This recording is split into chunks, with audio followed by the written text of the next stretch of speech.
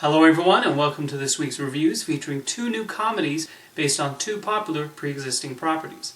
First up is the Angry Birds movie, based on the smartphone game where we fling birds towards some pigs. It's a simple concept that could lend itself to an enjoyable animated film. How does it pan out? Let's take a look. What's your name, pal? I've seen you do something strange before, right? Let's see. Doesn't matter. March him. This guy looks good.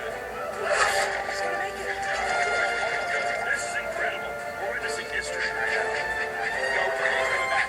He's going down. Get down. Did we win? No, not quite yet, buddy.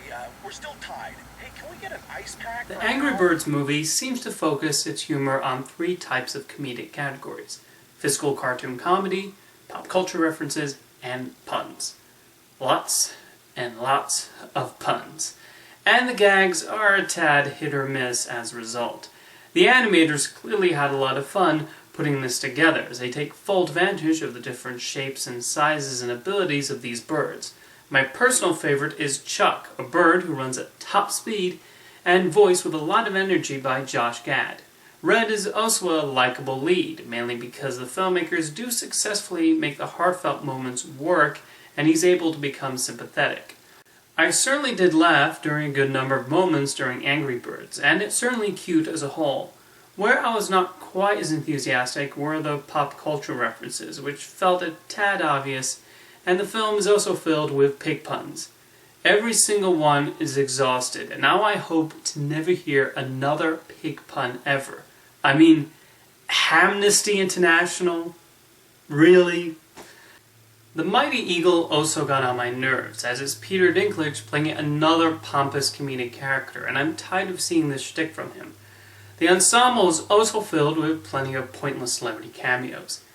Did they need to bring in Sean Penn just to make grunting noises? And why is Schmosh in this? I don't understand some of these casting choices. While it's fun seeing the game's iconography in the final act, when the birds start slinging themselves towards the pigs, I had lost interest in the story at that point. It's colorful and breezy, but the film as a whole is nothing really that memorable. Next is Neighbors 2: Sorority Rising, the sequel to the surprise hit, with Seth Rogen and Rose Byrne now dealing with college-age girls moving in next door. Like throw dope-ass parties and totally rage. A sorority that can party? Cappanew. What's wrong with fraternity parties? Okay, what is it? I mean, we threw great parties here. Pimps and hoes, CEOs and corporate hoes, boysy boys and Idahos. They're like super sexist. Every party is like themed hoe. I mean, oh jeez. Oh no. Oh god.